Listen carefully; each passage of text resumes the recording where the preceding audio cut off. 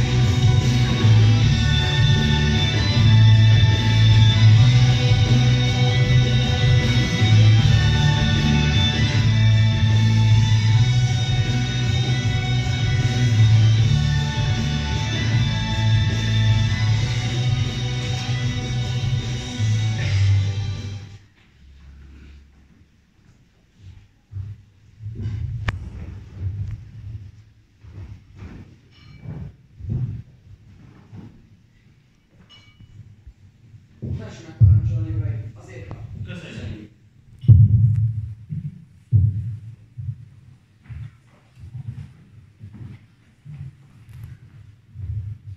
Én mondom, amíg nagy dolgok történnek, amíg Pécsen, a császárváros is elérte a forradalom, Pesten miért maradhatnak ilyen jogok? Úgy igaz, elég volt darabságból és nyomorúságból.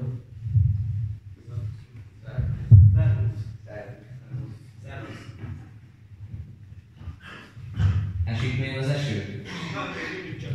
A március cseperész, a pilvasz vígan elrész. Jól van, nem tett róla nincsen múl érzéketek. De hol vannak a többiek? Tegnap úgy egyeztünk meg, hogy ma mindjárt itt találkozunk és üldörjük ezt a nemzet dolgát. Petőfikor a reggel itt volt, de aztán hazamentek, hogy csiszoljanak még a 12 ponton. Állítólag Petőfi írt egy gyűjtőhangú forradalomverset is, gyúlékonyabb, mint a biztonsági gyufa. A forradalom minden hangolóban, gyufa nélkül is. Tessék, uraim, a szóda lesz.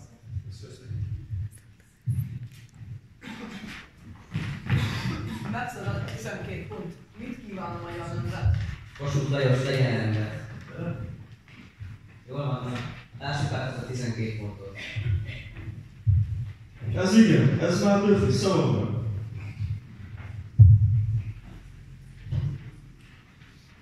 És hogy tetszik olyan? Így most már tökéletes. Nagyszerű és lelkesítő. Olvassátok fel! Mit kíván a magyar nemzet? Legyen béke, szabadság, egyetértés. Kívánjuk a sajtó szabadságát, a cenzúra eltörlését. Felelős minisztériumot Budapesten. Évenkénti országgyűlés Pesten. Törvény előtti egyenlőséget polgári és vallási tekintetben. Nemzeti őrségek. Közös teherviselés. Újbéli viszonyok megszüntetése. Esküdtség, képviselet, egyenlőség alapján.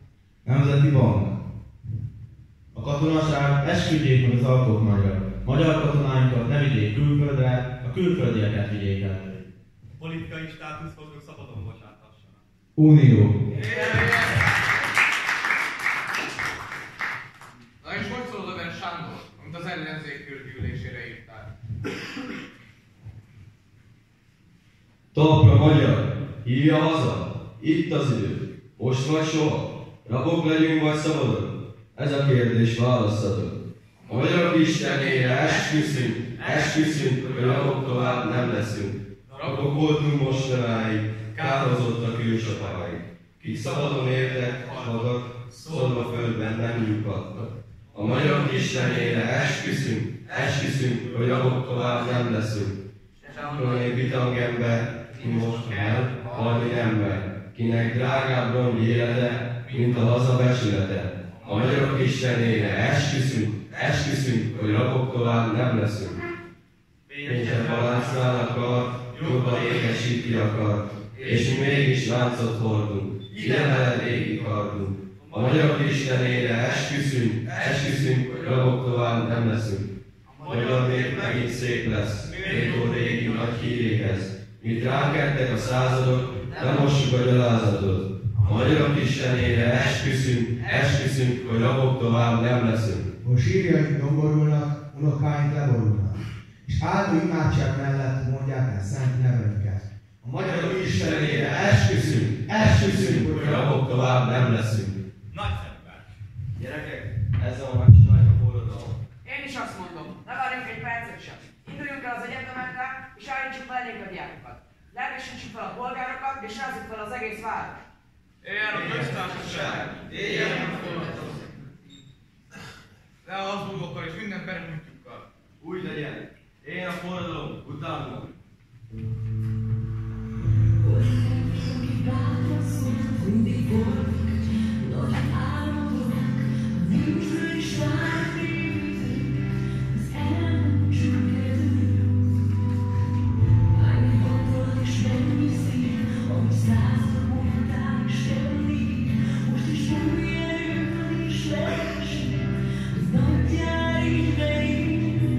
Bács én, de én, komolj, én tőzolál.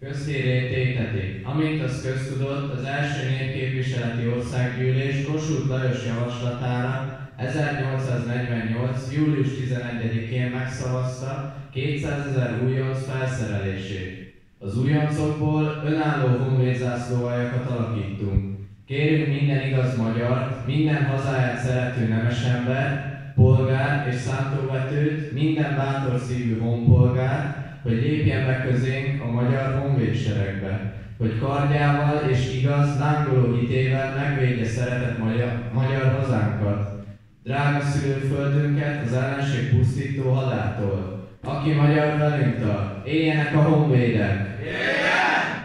Éljen Kossuth Lajos! Éljen! Éljen a haza! Éljen!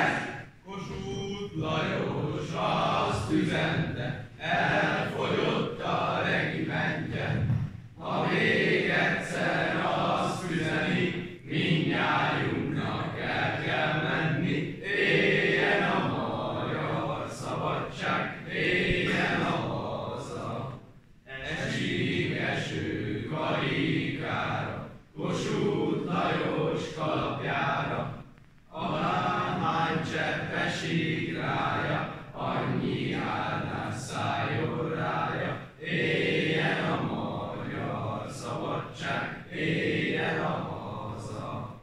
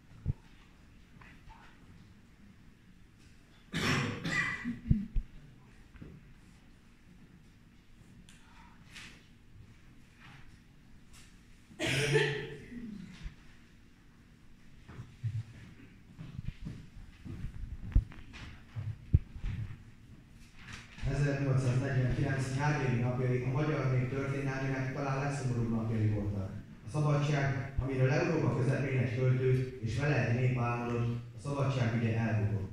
Nem azért történt, mert gyenge volt a nemzet. Nem azért, mert kevés volt a lelkesedés. Mindenki egyet akart.